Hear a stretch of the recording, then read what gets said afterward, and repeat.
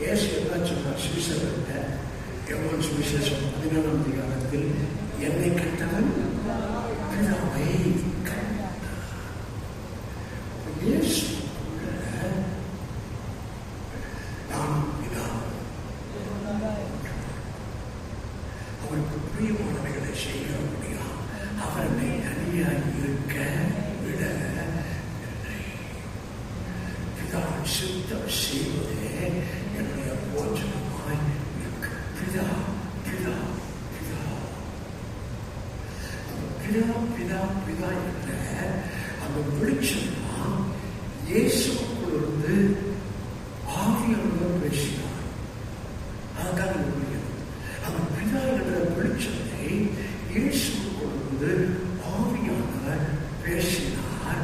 நம்முடைய சபையாருக்கு பிதாவின் வெளிச்சத்தை நீங்கள் கொடுக்க வேண்டும். ஜெபத்தை கற்றுத்தான்.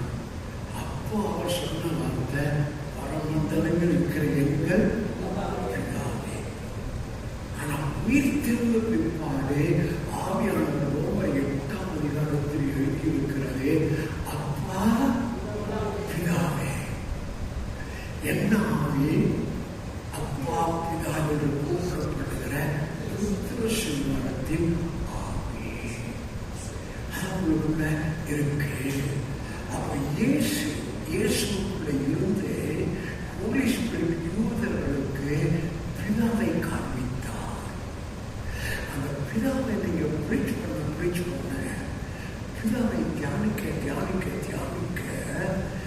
நீங்க இவர் அவருடைய மகிமையின் பிரகாசம், அவருடைய தன்மையின் சுரூபமாய் இருந்தது போல அந்த பிதாவின் வெளிச்சம் உங்களுக்குள்ள வர நீங்கள் எப்படி இயேசு பிதாவின் மகிமையின் பிரகாசம் தன்மையின் சுரூபமாய் இருந்தாரோ அதை போல இருக்கிறது. அப்போ உங்களுக்குள்ள ஆவியானவர் சபைக்கு அந்த பிதாவை குறித்த வெளிச்சம்தான் என்டில காஸ்பல்ல முக்கியமாய் ஆவியானவர் யூதர்களுக்கு வெளிப்படுத்துகிறது. அந்த பிதாவை குறித்த வெளிச்சத்தை தான் பரிசுத்த ஆவியானவர் யூதர்களுக்கு வெளிப்படுத்தினார், யூதர்களுக்கு பேசினார். நாமும் பிதாவை குறித்த வெளிச்சத்தை மக்கள் இருக்கிற ஆவியானவர் துணையோட அந்த வெளிச்சத்தை முதலாவது நான் உள்வாங்கி என் மனதின் வழியாய் என் ஆவிக்குள்ளே வாங்கி என் மனதின் வழியாய் அந்த பிதாவின் வெளிச்சம் எனக்கு ஆவியிலே வரும்போது என்னுடைய செய்தி தீர்க்கதரிசனத்தின் ஆவியோட இருக்கும், தீர்க்கதரிசனமாய் இருக்கும். அந்த செய்தி பெருமையாக திரும்பவே அந்த செய்தி 100 பேருடைய ஆவியானவர் பேசுவார். 100 பேருடைய நிலைமையை அறிந்தவராய் ஆவியானவர் பேசுவார். இவர் அவருடைய மகிமையின் பிரகாசம் தன்மையின் சுரூபமாய் இருந்து சகலவற்றையும் தன்னுடைய வல்லமையுள்ள வசனத்தினோட தாங்குகிறவராய் அவர் சொந்தமானது தந்தார் சொந்தமானவர்களை ஏற்றுக்கொள்ளவில்லை. வாயில பேசுவது உண்மை, வாயில நிம்மதியாக பேசுவது உண்மை. இவன் பேசக்கூடிய பிசாசுகளை துரத்துகிறார். அப்படி நான் பேசுவாங்க. அவருடைய பிறப்பை குறித்து தவறாக பேசினார்கள்.